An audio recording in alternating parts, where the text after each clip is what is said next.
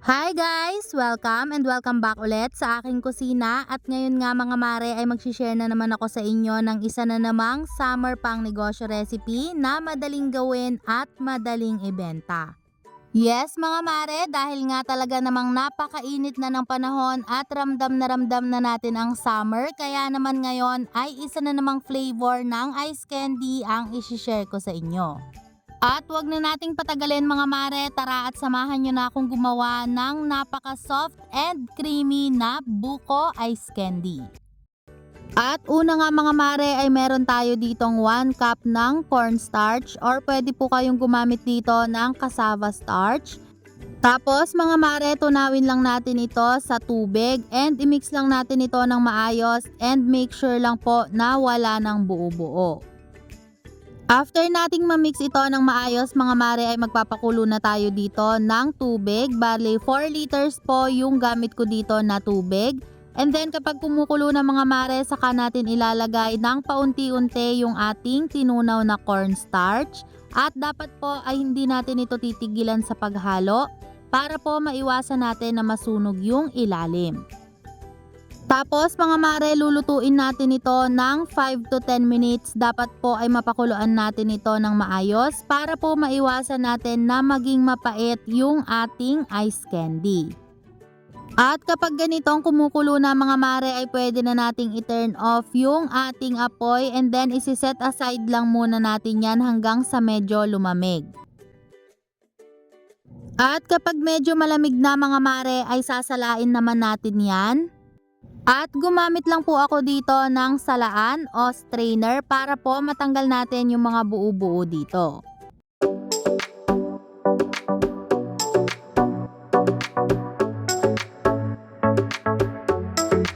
At after nga natin itong salain mga mare ay maglalagay na tayo dito ng asukal. Bali 1 kilong asukal po yung ilalagay ko dito dahil hindi naman matamis yung ating buko, kaya naman kailangan nating mag-add ng asukal.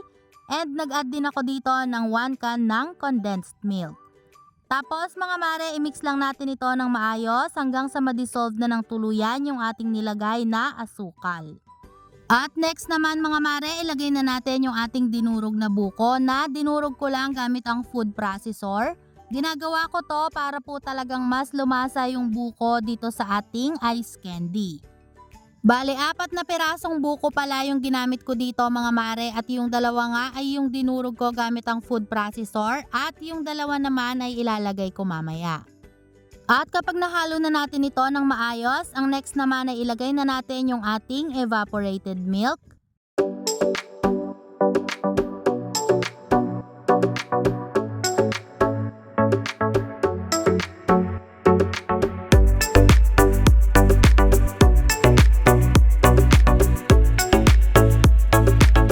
At kapag na-mix na natin to ng maayos mga mare, saka natin ilalagay dito yung ating 2 piraso ng shredded na buko.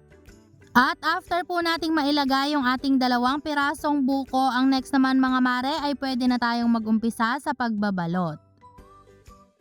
Ang gamit ko dito mga mare na measuring cup ay yung 1/3 cup and nag-a-add na lang ako dito ng 1 to 2 tablespoon pa nitong ating ice candy mixture.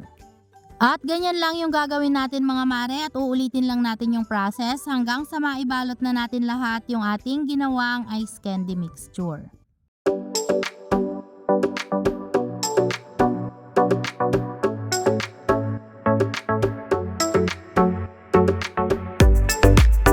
Ayan, at eto na nga mga mare yung mga nagawa kong buko ice candy. Bali nakagawa po ako dito ng 70 pieces o 70 na balot ng ating buko ice candy. At ganun lang kadali mga mare at meron ka ng patok at trending na pang negosyo ngayong summer na madaling gawin at madaling ibenta. So hanggang dito na lang mga mare, sana po ay nagustuhan nyo ang ating pang negosyo recipe for today.